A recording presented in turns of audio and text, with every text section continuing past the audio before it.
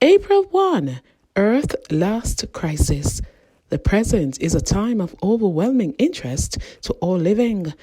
Rulers and statesmen, men who occupy position of trust and authority, thinking men and women of all classes, having their attention fixed upon the events taking place about us.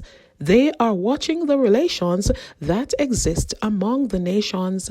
They observe the intensity that is taking possession of every earthly element, and they recognize that something great and decisive is about to take place, that the world is on the verge of a stupendous crisis. The calamities by land and sea, the unsettled state of society, the alarms of war are portentous. They forecast approaching events of the greatest magnitude. The agencies of evil are combining their forces and consolidating. They are strengthening for the last great crisis. Great changes are soon to take place in our world, and the final moments will be rapid ones. The time of trouble, which is to increase until the end, is very near at hand. We have no time to lose. The world is stirred with the spirit of war. The prophecies of the 11th of Daniel have almost reached their final fulfillment. The time of trouble such as not seen since there was a nation, Daniel 12 verse 1, is right upon us, and we are like the sleeping virgins.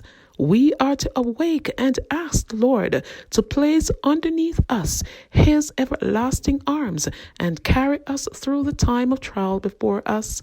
The world is becoming more and more lawless. Soon great trouble will arise among the nations, trouble that will not cease until Jesus comes. We are on the very verge of the time of trouble, and perplexities that are scarcely dreamed of are before us. We are standing on the threshold of the crisis of the ages. In quick succession, the judgments of God will follow one another, fire and flood and earthquake, with war and bloodshed. There are stormy times before us. Let us not utter one word of unbelief or discouragement.